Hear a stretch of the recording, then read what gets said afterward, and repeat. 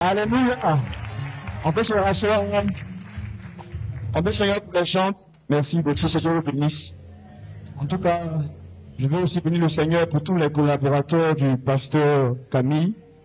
Vraiment, je suis émerveillé par l'excellence du service. On est comme à Kodesh. Vraiment, que Dieu soit béni. Avec un merveilleux groupe musical.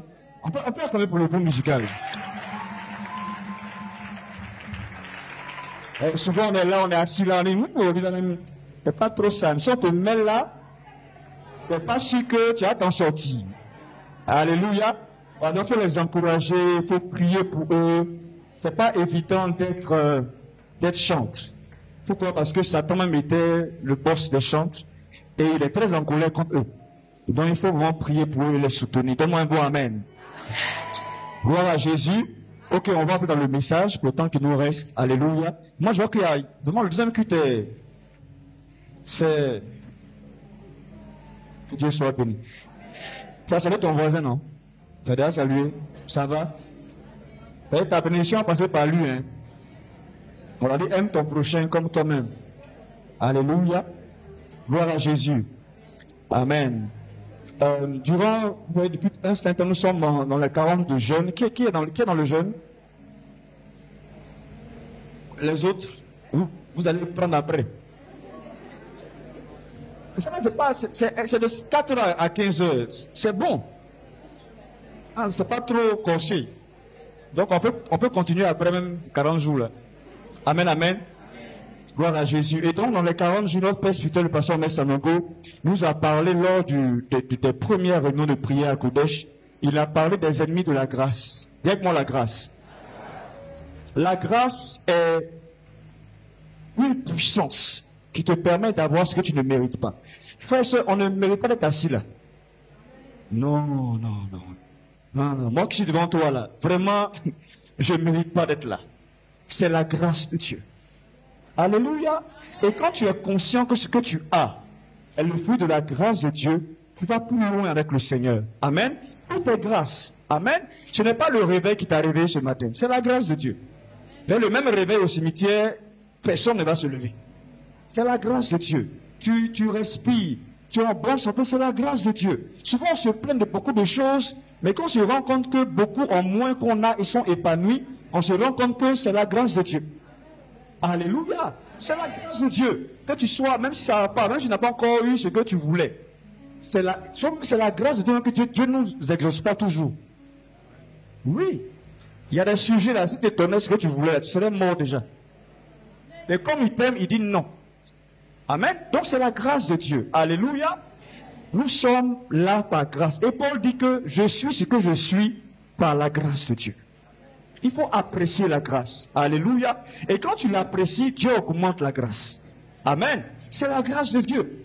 Alléluia. Mais ce qui est important, frères et sœurs, c'est que nous puissions faire en sorte que la grâce ne soit pas vaine.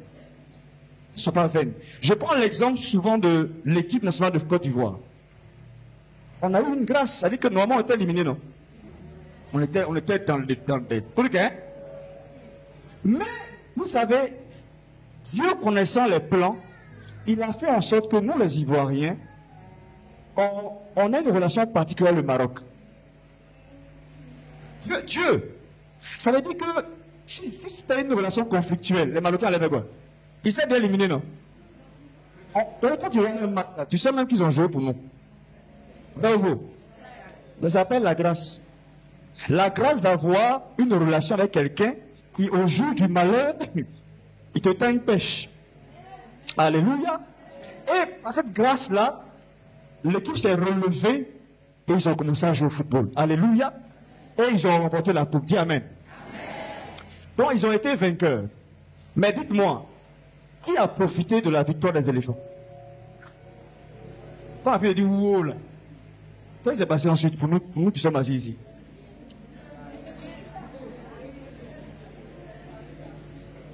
Ils ont eu la coupe, ils ont eu des primes, il y a des entreprises qui ont été créées, il y en a qui ont eu du travail. Donc en fait, celui qui a profité de la victoire des éléphants, il a été plus que vainqueur. Quand on dit que nous sommes plus que vainqueurs, là, ça veut dire que tu gagnes dans la victoire de quelqu'un. Jésus est mort sur la croix. Mais est-ce que toi, tu profites de ça? Tu peux être chrétien et puis chanter, je suis plus que vainqueur, mais dans la réalité, on ne voit pas en quoi est-ce que la victoire de Jésus a influencé positivement ta vie. Si à travers la victoire des éléphants, tu as eu une entreprise, tu as fait un chiffre d'affaires, tu as eu du travail, là tu as été plus que vainqueur. Ça veut dire que tu as profité de la victoire des éléphants. Mais si tu t'es arrêté à dire ouah, ouah, là, c'est que tu es juste vainqueur. Mais tu n'es pas plus que vainqueur. Donc être plus que vainqueur, c'est aller prendre dans la victoire de quelqu'un une victoire qui nous appartient, nous. Sinon Jésus, là, il a déjà gagné. Hein. Ça, c'est pas revoir. Satan sait qu'il a perdu. Amen. Satan est conscient qu'il a perdu. Mais est-ce que toi et moi, on a gagné dans la victoire de Jésus? Alléluia. Et Satan va faire en sorte qu'on soit privé de la grâce. Hébreu dit que nul ne se prive de la grâce de Dieu. Il va travailler à ce que toi et moi, on soit privés de la grâce. Il sait que si tu as la grâce, rien ne peut t'arrêter. Alléluia. La grâce fait que tu es exaucé même quand tu ne pries pas. La grâce va plus loin que tes prières. La grâce te devance. Alléluia. Tu vas dans un endroit, par exemple, et puis il y a un endroit. Et celui qui prend les gens devant là-bas, il te connaît. Ça s'appelle quoi? Non, on dit la chance. Frère, c'est la grâce. C'est la grâce. Et quand tu sais valoriser la grâce, Dieu te rend encore des portes plus grandes que ça. Comment un bon amen. Et donc, le pasteur m'a parlé des 5 ennemis de la grâce, qui sont l'offense. Quand tu es offensé, et que tu te sens offensé, ou bien que tu offenses, tu peux te priver de la grâce. Deuxièmement, l'orgueil. L'orgueil. Troisièmement, la honte. Ensuite, la tristesse. Et enfin, l'infidélité. Ce matin, on voit la honte. Directement la honte. Ok, donc je vais reposer la pierre pour mes cultes. Qui n'a jamais eu honte? On voit des plumeurs. Vous avez eu honte aussi, plumeurs. Vous venez des nets là, vous avez eu honte aussi. Donc la honte est une chose qui nous touche tous, d'une manière ou d'une autre. Alléluia. Donc, il y a j'ai honte, ou bien je fais honte. Mais la honte nous arrive très souvent. Et la honte nous rend souvent timides. Il y a des filles qui ont honte de leur faute. Voilà pourquoi il y a des choses qu'on voit souvent aujourd'hui. C'est la honte qui fait ça. Sinon, comme tu es là, il y a un garçon qui a t'aimé comme ça. C'est la honte. Ça dit que par exemple, Dieu t'a créé, tu te dis, ça me fait honte. Je suis comme ça, j'ai honte de ça. Donc je vais corriger. La honte peut t'emmener à rater ta destinée. La honte de ton teint va t'emmener à rater l'homme de ta vie. Parce que lui, c'est femme noire, il aime. Mais tu n'es plus sur le radar. Alléluia. La honte peut faire que, la honte peut éteindre tes vocations, tes talents. Mais tu as échoué une fois, on s'est moqué de toi, tu ne veux plus essayer. Alors que c'est ta destinée qui est là. Alléluia. Amen, amen. La honte est un sentiment pénible de déshonneur ou bien d'humiliation. Alléluia. On va parler de la vie de quelqu'un qui a vécu la honte et que Dieu a relevé. Amen. Allons dans Josué chapitre 2. Josué chapitre 2. Qui connaît l'histoire de Rahab? J'aime trop Rahab. J'aime trop. Parce que l'histoire de Rahab est aussi un peu mon histoire. Rahab, Josué chapitre 2, on va commencer au verset 1. Qui a sa Bible ce matin? Ok. Avant d'aller, on lit dans notre Bible en papier. On va se lever ensemble. Ceux qui ont leur Bible en papier, levez-vous. Je vais vous voir. Ceux qui ont dit moi là, levez-vous. Pas dans le téléphone, hein. Papier. Il y en a qui décrochent leur Bible. Allô? Hébreux 4, verset 16. C'est dans le Nouveau Testament. Non, allons dans Hébreux d'abord, après on va aller dans Josué. Hébreux 4, verset 16. Et ensuite, on va aller dans Josué. Hébreux 4, verset 16. Hébreux chapitre 4, le verset 16. Est-ce que vous y êtes? Ça te rappelle de bons souvenirs, non? Moi, des souvenirs amers. Allons-y ensemble. Approchons-nous donc avec assurance du trône de la grâce afin d'obtenir miséricorde et de trouver grâce pour être secouru dans nos... D'accord, on peut mettre à l'écran. Là, ils vont avoir un peu mal. Ceux qui n'ont pas de billes en papier. C'est bon, non? Ou même tu as honte? Alors dans Jacques, c'est le livre qui suit. Jacques, chapitre 2, verset 13. Jacques 2, 13. Jacques 2, le verset 13. C'est bon? Jacques 2, le verset 13. Est-ce que vous y êtes? On le lit ensemble. 1, 2. Car le jugement est sans miséricorde pour qui n'a pas fait miséricorde. La miséricorde triomphe du... On peut acclamer, la parole et se rasseoir. Alléluia. Et donc, Dieu veut libérer son peuple d'Égypte et l'envoyer à la terre promise Canaan. Amen. Tout ce que vous lisez dans la Bible, le but était que Jésus naisse, meure sur la croix pour que nous soyons sauvés. Amen. Donc tout ce film-là, que tu vois Moïse, tu vois Élie, tout ça là, c'était pour que Jésus naisse et meure à Jérusalem là-bas. Alléluia. Parce que sans ça, toi et moi, on ne serait pas ici. Donc, Moïse a fait un parcours, mais il fallait que Jésus prenne le relais. Alléluia. Donc, Moïse commence son parcours dans la mer morte, après l'Égypte, jusqu'au Jourdain. Et après le Jourdain, Josué prend le relais, et la première ville devant son chemin, c'est la ville de Jéricho. Alléluia. Donc, on est dans Josué, chapitre 2. Josué doit s'emparer de Jéricho, puisqu'il doit aller à Canaan. Et Jéricho est sur sa route. Amen. Josué, fils de Nun, fit partir secrètement, Josué 1, 2, chapitre, verset 1, pardon, 2 espions en leur disant, allez examiner le pays, et en particulier Jéricho. On peut l'afficher à l'écran. Hein. Ok, on y va. Ils partirent, ils arrivaient dans la maison d'une prostituée. Dites-moi prostituée. Qui peut définir une prostituée? Définition.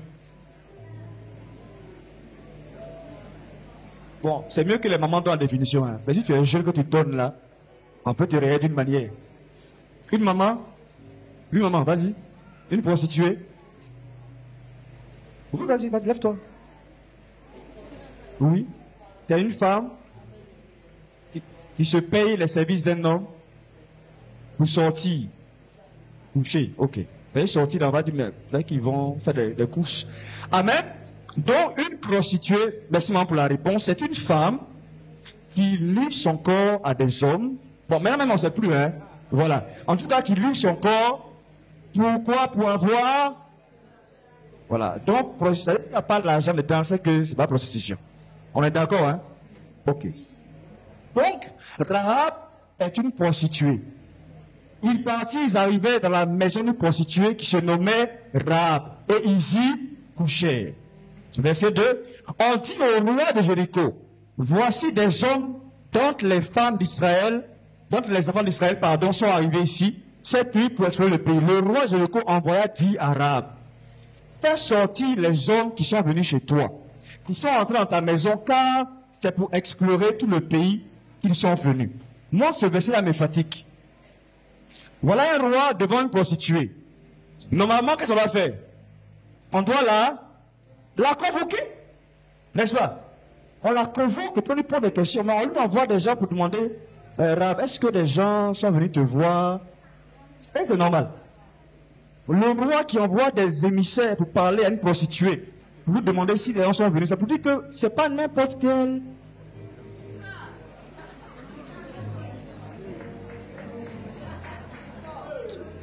On n'est pas en train de s'amuser. C'est-à-dire qu'une prostituée à qui des rois, un roi, envoie une délégation pour lui poser une question. Et moi, je suis le roi, il dit, viens ici, dis-moi, et puis on n'en parle plus, n'est-ce pas? Mais on envoie une délégation pour donner à Rahab, et puis Rahab va répondre. Elle dit, la femme prit les deux hommes, verset 4, et les cacha. Et elle dit, il est vrai que ces hommes sont arrivés chez moi, mais je ne savais pas d'où ils étaient. Et comme la porte a dû se fermer de nuit, ces hommes sont sortis. J'ignore où ils sont allés. Hâtez-vous de les poursuivre et vous les atteindrez. Elle les avait fait monter sur le toit les avait cachés sous des tiges de lin qu'elle avait arrangées sur le toit. Ces gens les poursuivaient. Eux aussi, ils ont écouté la voix de Rahab et puis ils ont poursuivi aussi. Par le chemin qui mène au quai du Jourdain, et l'ont fermé la porte après qu'ils soient sortis. Avant que les espions se couchent, Rahab monta vers eux sur le toit.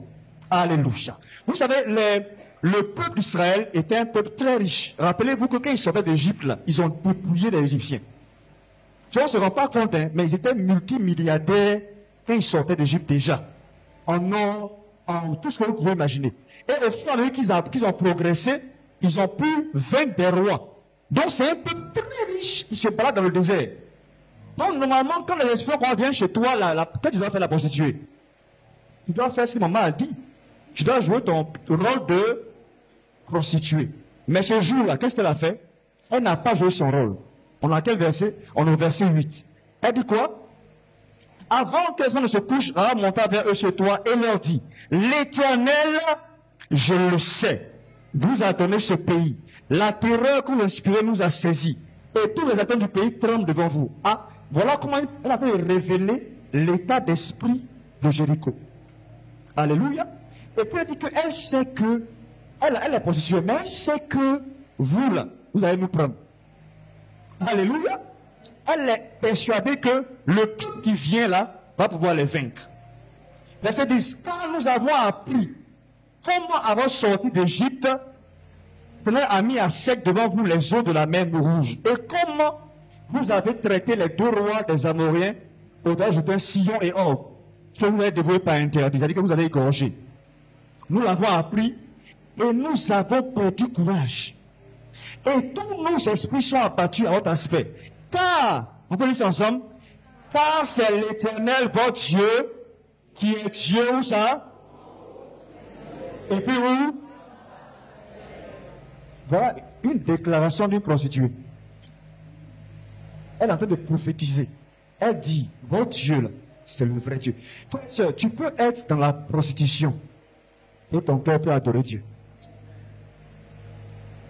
Tu peux être dans une situation de misère extrême, dans une défaite, mais ton cœur peut être attaché à Jésus. Une dame, pendant qu'elle faisait son travail, elle se disait, un jour je vais m'en sortir. Un jour je vais arrêter ça. Un jour, mon nom sera, comment on dit ça? C'est-à-dire, mon nom sera lavé. Un jour, cette vie-là va s'arrêter. Elle vivait dans l'espoir qu'un jour, ça s'arrête. Sinon, normalement, là, quand ils sont venus, elle fait son travail de prostituée. Mais quand elle les a vus, elle dit non, ça c'est l'occasion de ma vie. Et aujourd'hui, là, ce n'est pas une affaire de mon corps, c'est une affaire de mon âme qui doit être sauvée. Alléluia. Elle dit non, je peux donner mon corps, j'aurai de l'argent, c'est vrai. Mais ça sert à quoi d'avoir de l'argent si on sera détruit, tué dans quelques jours? Ça ne sert à rien. Donc, il est préférable que aujourd'hui, là, soit le jour de mon salut. Frères et sœurs, aujourd'hui peut être le jour où ta vie peut totalement changer. Oui, totalement changer. Donc, je disais que le jour où j'ai rencontré mon épouse, je devais aller jouer un match de basket. Je devais pas être à l'église ce jour-là. Et puis mon ami m'a obligé à rester, c'est l'évangélisation. J'ai dit non, j'ai un match, je suis le meneur de l'équipe, il faut que j'aille. Il dit mon ami, il faut rester là. J'étais en boule, je ne voulais pas. Et soudain, brusquement, quelqu'un a apparu. Bon, si tu allais jouer, peut-être qu'on allait gagner le match. Il a dit que je suis fort, mais j'aurais raté. Oui. C'est-à-dire que par ma base, je n'avais pas savoir. Et puis quelqu'un d'autre allait prendre. Non. Voilà pourquoi chaque convocation à l'église soit là. Il faut venir à l'église. Mais tu ne sais pas le jour de ton jour. C'est-à-dire que c'est aujourd'hui. Alléluia. Amen. Donc voilà, prostituée, elle dit que on sait que c'est vous qui allez gagner. On a peur. Verset 12. Et maintenant, je vous prie, jurez moi par l'Éternel que vous aurez pour la maison de mon père. Vous voyez, elle ne parle pas que d'elle. Elle dit, pensez à mon père. Vous allez me sauver, hein, mais il faut que vous soyez mon père aussi et ma mère. Elle dit quoi? Jurez moi que vous aurez pour rendre mon père la même bonté que j'ai eue pour vous. Donnez-moi l'assurance que vous laisserez vivre mon père, ma mère, mes frères, mes sœurs, et tous ceux qui leur appartiennent, et que vous nous sauverez de la mort. Donc Rahab a une famille. Rahab a une famille. Et au lieu de penser qu'à elle seule, elle pense à sa famille. Comme je dis, quand Dieu le rencontre, il dit, va un héros, tu es béni. Il dit, mais si je suis dans où est nous? Quelqu'un qui a réussi, il pense toujours et nous. Alléluia. Même la prière que je nous ai appris, ça commence par quoi? Pourquoi non par mon père? En fait, dit mon père, il dit, faut dire notre père, tu es dans une famille. Tu n'es pas seul sur la terre. Alléluia. Frères et sœurs, pour que tu sois sûr que Dieu t'a béni, là, c'est que tu n'es pas le seul à en profiter. Une bénédiction qui ne touche que toi seul, c'est pas Dieu. C'est pas Dieu. Dieu bénit toujours en mode famille. Toi seul, dans la famille, toi qui réussis. Au final, ta seule maison où il y a la lumière. Ça dit que... Ça dit... C'est toi seul, tout Dieu béni. Quand on a l'église témoignage, c'est la même sœur Ricobertine. J'ai un témoignage. Toujours, j'ai un témoignage. Toujours, j'ai un témoignage. Un jour, là, les sœurs seront sorcières un jour. Alléluia. Mais, écoutez, si au village, ta seule maison à la lumière, quand les gangsters font leur colloque, leur séminaire, qui est le sujet principal? C'est toi, la lumière. Il faut qu'on éteigne la lumière. Il ne faut pas aimer réussir seul. C'est une malédiction. Pour que ta bénédiction touche plusieurs. Là, on dit, ah, ça là, c'est Dieu. Alléluia. Donc là, sachant qu'elle va être sauvée, elle dit, non, pas moi seul. Il y a mon père, il y a ma mère, il y a mes frères, il y a mes sœurs. Imaginez-vous la honte de ses parents. Tu allez voir que Rahab, là, vous allez voir que... 16 hommes, verset 14. Vous répondez, nous sommes prêts à mourir pour vous. Là, c'est pour toi, hein. C'est-à-dire qu'ils ont accepté le deal. On va te sauver, toi et ta famille. Pour mourir pour vous, si vous ne divulguez pas ce que nous concerne, et quand elle nous donnera le pays, nous agirons envers toi avec bonté et fidélité. Verset 15. Elle les fit descendre par une corde, par la fenêtre, car la maison qu'elle habitait était où ça? Était où? Ça dit, voilà quelqu'un, son business est sur la clôture. Ça dit, tu ne peux pas venir à Jéricho sans passer par la douane. Ça dit, ça dit qu'il y a prostitution puis il y a prostitution. Voilà, c'est un business. Sa maison, avec que tu es au loin, tu vois, ça brille en lumière. Rahab.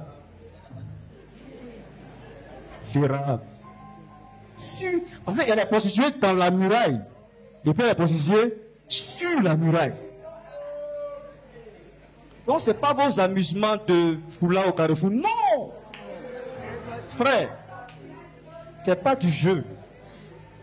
Elle ne rigole pas même. C'est-à-dire que c'est un vrai business. Donc, elle dit, vous imaginez la honte de ses parents. La honte, comment aller expliquer à papa que non seulement on va être détruit, mais il faut qu'on soit chez moi pour être sauvé. Regardez un peu. Hein. Verset 16. Elle leur dit, allez du côté de la montagne, de peur que ceux qui vous poursuivent ne vous rencontrent.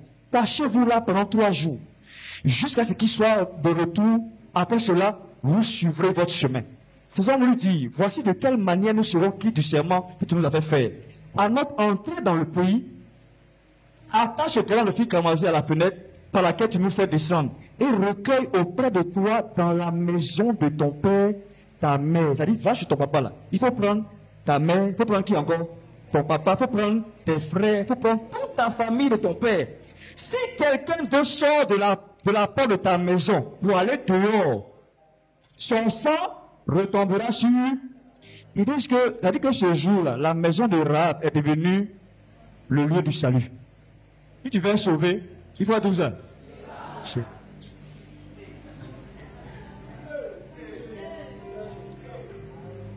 tu tiens à la vie, il faut 12 ans. Si tu as des projets pour le futur, il faut être où? Non, il ne faut pas dire Rahab, il faut dire Rahab là. Voilà, il faut toujours compléter ça. Mais c'est pas n'importe quel Rahab. Il faut qu'on le distingue dans le pays. Si tu veux être sauvé là, il fallait être chez... Voilà. Il tenait à la vie. Il fallait être où ça? Tu as trouvé des mariages même. Toi et ta fiancée là, vous devez être où ça? Tu allais demander, mais comment lui connaît là-bas? C'est qu'elle est sûr, allons chez Rahab. Après on verra. Alléluia. Là, il fallait maintenant que Rahab arrive à convaincre son père. Tu dois pas, papa. Bon, il y a une nouvelle à t'annoncer. Réunion de famille. Bon, ceux qui ont traversé la mer, là, ils arrivent. Ils vont nous tuer, nous tous. Et puis ils ont dit que pour que vous soyez sauvés, là, vous devez être chez moi. J'imagine le père, quoi. Rabou, disais que ton travail, là, ça te monte à la tête maintenant, quoi. Hein, t'es arrivé à une dimension, hein. Donc, nous, pour être sauvés, ouais, se coucher chez toi. Non, sois sérieuse, ma fille. Je pense que l'amant a dû dire, ah, chérie, vraiment cette affaire-là, de toute façon, qu'on soit ici ou bien là-bas, peut-être qu'on sera tué. Donc, allons chez elle et puis on verra. Donc, ils sont partis chez elle. Amen. Pour voir ce qui va se passer. On continue notre passage. On a dit, quel verset maintenant? 19. Alléluia. Si quelqu'un de sort de la maison, de la porte de la maison pour aller dehors, son sang retombera sur sa tête et nous en serons innocents. Mais si on met la main, sur lui, si lui quelqu'un parlant sera avec toi dans la maison, son sang retombera sur notre tête. Et si tu divulgues ce qui nous concerne, nous serons quittes du serment que tu nous avais fait. Elle répondit, qu'il en soit selon vos paroles. Elle prit ainsi congé d'eux et s'en allait et elle attacha le cordon de cramoisi en même temps elle a attaché. Et ils ont dit que quand on va arriver là, attache. Elle dit, en même temps. Voilà. Parce qu'il y a beaucoup de Rahab dans le quartier. C'est pour moi là, c'est ici. Alléluia. Alléluia.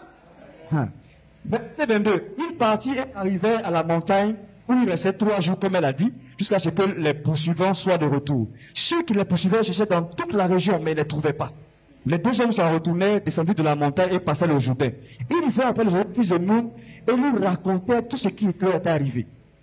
Il dit à Josué, certainement, avec-moi certainement.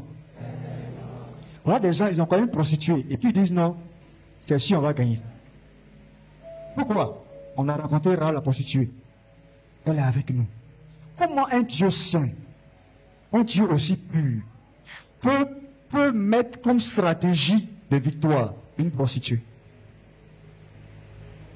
Comment un Dieu aussi grand peut miser toute sa stratégie sur une prostituée? Dieu ne voit pas ce que toi et moi on voit. Dieu regarde le cœur. Dieu regarde le cœur. Alléluia. Alors maintenant dans Josué chapitre 6, verset 17.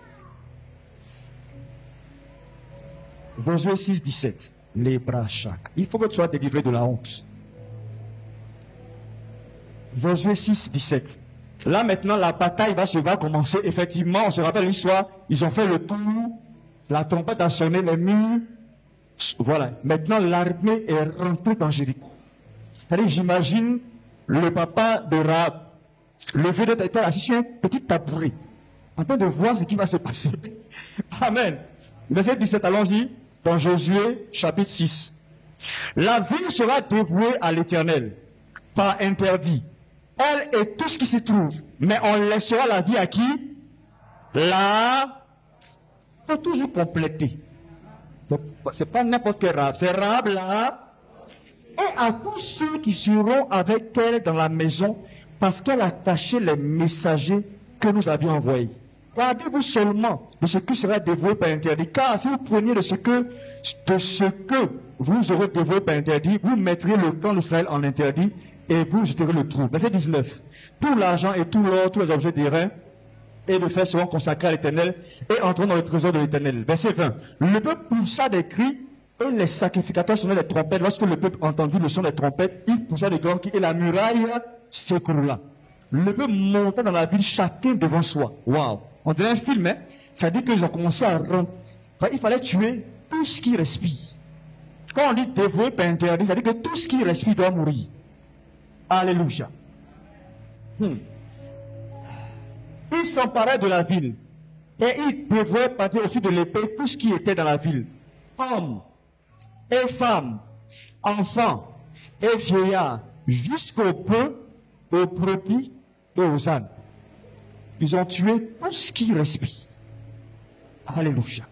Verset 22. Josué dit aux deux hommes qui avaient exploré le pays, entrez dans la maison de la femme prostituée et faites-en sortir cette femme et tous ceux qui lui appartiennent comme vous le lui avez juré. Les jeunes gens, les espions entrèrent et firent sortir Rahab, son père, sa mère, ses frères et tous ceux qui lui appartenaient.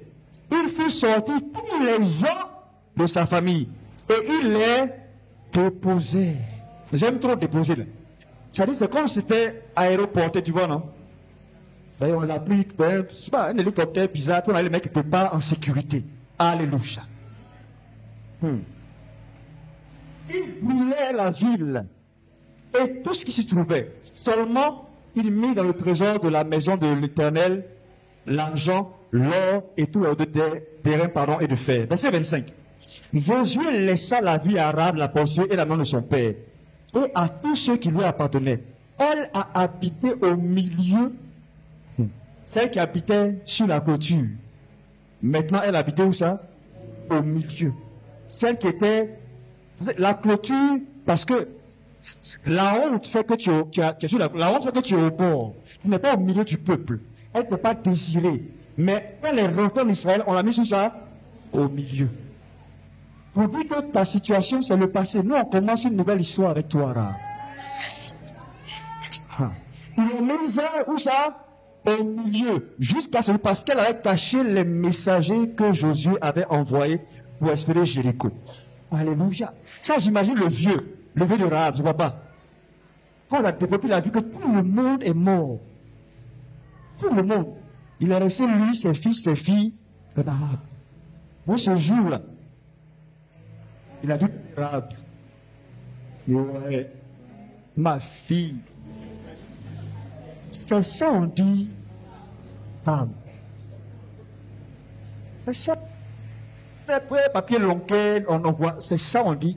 C'est ça. Si elle est prostituée, on ne peut pas sauver aujourd'hui. C'est ça. Alléluia. Une prostitution qui sauve une femme. Elle a sauvé la famille. Alléluia. Mais Dieu va aller plus loin que ça. Aide-moi plus loin. Souvent, tu regardes Dieu et puis, tu as dit qu'il fait combine. Dieu fait grâce. Matthieu chapitre 1. Affichons Matthieu chapitre 1, on va le lire ensemble à l'écran.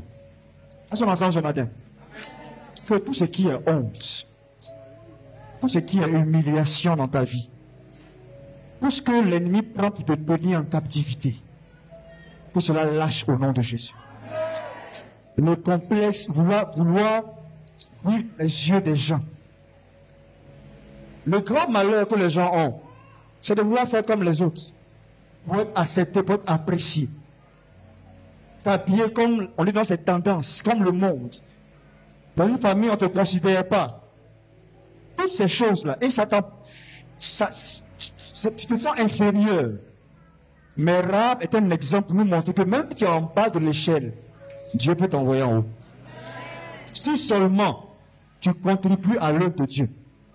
Matthieu chapitre 1, on peut lire ça ensemble, 1, 2, tous ensemble, on y va. Généalogie, fils de David, verset 2, allons-y. Abraham engendra, Isaac engendra, Jacob engendra, verset 3, Pharez et Sarah. Pharez engendra qui ça? Esrom engendra, verset 4. Aram engendra, Aminadab engendra, Naasson engendra. Maintenant, verset 5. Salmon engendra qui ça? De qui?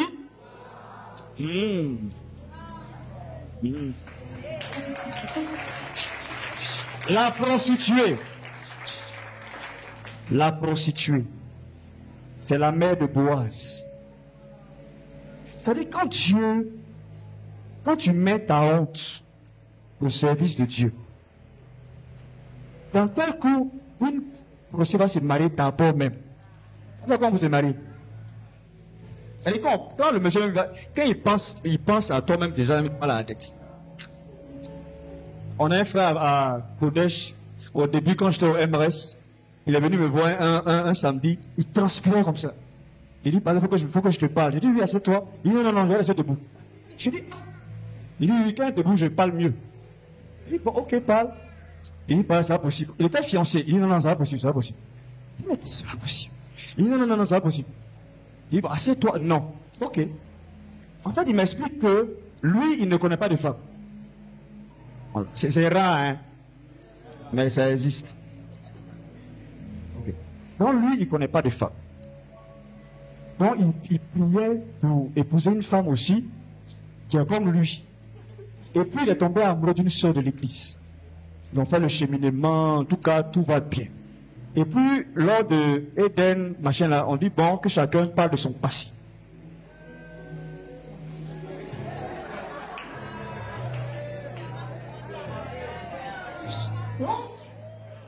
Lui, son passé, il n'y a rien, la fille, il n'y a rien d'écrit. Quand la soeur commence à parler de son passé, elle va commencer en 20 ans en arrière. Et puis, j'étais avec Eric Cooper, après j'étais avec Dagoba, après j'étais avec. Et quand elle a fini là, il s'est levé, il est parti. Il n'a plus supporté. C'était trop fort. Mais Rahab, je vous rappelle que Rahab avait son business sur la muraille. Mais quand elle est arrivée en Israël, les gens ont oublié ça. Frère, quand tu viens à l'église va oublier ton passé. L'église doit remettre les compteurs à zéro. On ne peut pas te définir par rapport à ce que Jésus a déjà pardonné. Donc voilà une femme qui était une prostituée. Mais Salmon l'a épousée. Et Salmon était un multimilliardaire. Parce que quand tu lis Boaz, frère, Boaz n'est pas simple. Boaz n'est pas simple. Mais quand ils sortent de Jéricho, ils n'ont rien. Ils ont tout perdu. Mais malgré ça, Salmon dit, moi je veux Rahab. Avec son passé là, moi je la prends comme ça. Et elle a enfanté Boaz. Et vous voyez, quand vous lisez l'histoire de Ruth, et comment Boaz a pris Ruth, et que tu comprends qui est sa maman, tu comprends que, en fait, dans cette famille-là, on ne voit pas les gens comme les autres les voient. Parce que la Bible dit que celui à qui on a pardonné beaucoup, aime beaucoup. Quand tu sais qu'on t'a beaucoup pardonné, tu n'es pas exigeant envers les autres. Mais quand tu sais que toi, bon, tu as 2-3 péchés, et puis tu viens à l'église, quand quelqu'un fait une erreur, tu es intransigeant. C'est pas possible. Comment est-ce que ça peut se... Oui, ça s'est fait. Comment c'est possible? Comment... Ah, t'as pas encore péché, frère, t'as pas encore péché. Tu n'as pas encore péché. Mais quand tu viens d'un coin, ou toi, tu sais que même... Toi, on a dit que tu... Toi-même, tu disais que si tu étais Dieu, là, tu n'avais pas te pardonner. Et puis, malgré ça, Jésus t'a... Et puis, tu viens, et puis quelqu'un va dire non. Pourquoi? Tu sais pas d'où on vient. Frère, et Rahab a eu un long passé, mais qui a été effacé juste parce qu'elle a dit oui aux espions. Elle n'a pas donné son corps. Elle a donné son esprit. Pour que Jésus meure à Golgotha et que toi et moi on soit sauvés. Ce que Rahab a fait là nous montre que quel que soit là où le monde t'a enterré, quelle que soit la honte qui est sur toi, Jésus peut te relever. Alléluia. Vous savez, la honte est une chose qui inhibe tes capacités. Qui t'empêche de voir clair. Moi, je me rappelle que pour terminer, pour prier, quand j'étais adolescent, j'avais beaucoup honte. Pour plusieurs raisons. Surtout à cause de ma forme. Très mince, avec une grosse tête. Un gars étrange. Donc ça fait que bon, les filles ne me voyaient pas trop. Et quand une fois on allait jouer, au football. Et puis, j'ai dribblé un que les filles appréciaient. Et il est dribblé. Et puis, il est tombé. Et il est tombé là. Tout le monde a cru les filles là. Quand il s'est levé, il m'a regardé. Il dit, toi, il y a tout. Il va voir. C'est rentré dans mes gènes. Ça dit que j'ai commencé à revoir même, c'est-à-dire, quand il est à gauche, je suis à droite. Ça dit, j'avais tellement honte. Pourquoi j'ai honte même? Pourquoi? Mais j'ai peur, c'est la peur. La peur et la honte sont des sœurs jumelles. On me comprend ici, hein? Ici, on me comprend. La peur et la honte sont des sœurs. La honte envoie la peur. La peur envoie la honte. Bon, là, j'ai dit, mais comment je m'en sorti? Et puis, des années plus tard, on a grandi, tout ça. Et puis, un jour, on ne s'est pas vu pendant des années. Et puis, je vois mon père au quartier. Et puis, je le vois venir. Bonjour. C'est-à-dire, j'ai revu la scène. On doit disparaître. Et puis, il vient vers moi. Et puis, il vient. Donc, je suis là. Est-ce que je suis près de la voiture? Bon. Vieux père. Mon père a dit, vieux père, derrière moi. Il dit, mon vieux, t'as pas un jeton? Et quand il a dit ça, subitement, le pouvoir a changé de camp. Oui. Tu dis, toi, tu es un jeton. Ah, toi aussi. Non, il n'y a pas de jeton. Non, mon vieux, toi aussi, tu étais mon gars. Et tu es sûr que je suis ton gars. Ah, tu m'as traumatisé. Mais en fait, j'ai vu qu'en fait, la peur, comme la honte, c'est une illusion. Ça se passe dans ta tête. Sinon, en fait, la vie continue. Hein. Je passe. Et moi, ça va paralyser. Et donc, j'ai une pièce, je vais donner. Mais quand je vais donner la pièce, tu m'as dit qu'en fait, tu vois, celui-là, à cause de lui, ton programme avait changé, alors que lui ne passait pas à toi. Toi-même, tu as fait un plan dans ta tête. Alors que la vie continue. Alléluia. Alors ce matin, je veux pouvoir prier pour qu'on soit délivré de la honte. Il y en a qui ont honte de tout. Et Satan, il fait tout pour ton honte. Satan, comme on a dit, que Satan ne cherche pas à gagner. Il sait qu'il a perdu. Et qu'on dit non, je te lis. Le gars, bon, lier Satan, mettre le feu sur lui, le gars, il est déjà perdant. Voilà, quand tu es fatigué, lui, il a déjà perdu. Mais, il ne veut pas aller seul. Voilà, il ne veut pas aller seul. Il veut aller avec toi. Mais il est chaud au nom de Jésus. Alors ce matin, on va prier que tout ce qui est honte, je ne connais pas ta vie. Si tu as été abusé par quelqu'un, on se moque de toi à l'école. C'est-à-dire, je ne sais pas je ne sais pas. Si par exemple tu as la honte de ta famille, comme nous autres qui avons été renvoyés 3 fois de l'école, on faisait honte à la famille. Mais Dieu a fait grâce. Je ne connais pas ce qui te maintient dans la timidité, dans la honte ce matin. Tu as peur de quoi? Qu'est-ce que tu caches et tu as peur qu'on découvre? Ça veut dire que Adam et Ève étaient nus, ils n'en avaient point honte. La honte va te maintenir en captivité. Il y a des hommes qui font des choses contre les femmes, tu n'as pas l'utiliser, ça te maintient dans la captivité. Tu as honte. La honte est très souvent liée au péché. Tu as fait une erreur. Et ça veut te dire que si tu dis ça, là, la honte que tu vas avoir. Frère, la honte, tu pars. Hein? Tu pars. Il faut l'affronter ce matin. Si tu es lié par la pornographie, tu es lié. Alléluia. Avoir honte va te rendre plus lié que tu n'es déjà. Ou bien, si tu es lié par la masturbation, c'est la honte qui va t'enlever de là. Sinon, tu es jeune fille, tu as pris une grossesse. Mais c'est pas la honte qui va c'est fait. Seulement si tu te lèves ce matin et tu dis que, Seigneur Jésus, c'est vrai que j'ai honte de la situation. Mais je regarde Rahab. Dites-moi, est-ce qu'il y a plus humiliant pour une famille que ça? Mais elle a sauvé sa famille. Dieu t'a choisi pour sauver ta famille. Il ne faut pas que la honte t'empêche d'accomplir ta mission. Alléluia. Nous sommes venus ici pour prendre le feu, pour aller embraser nos familles.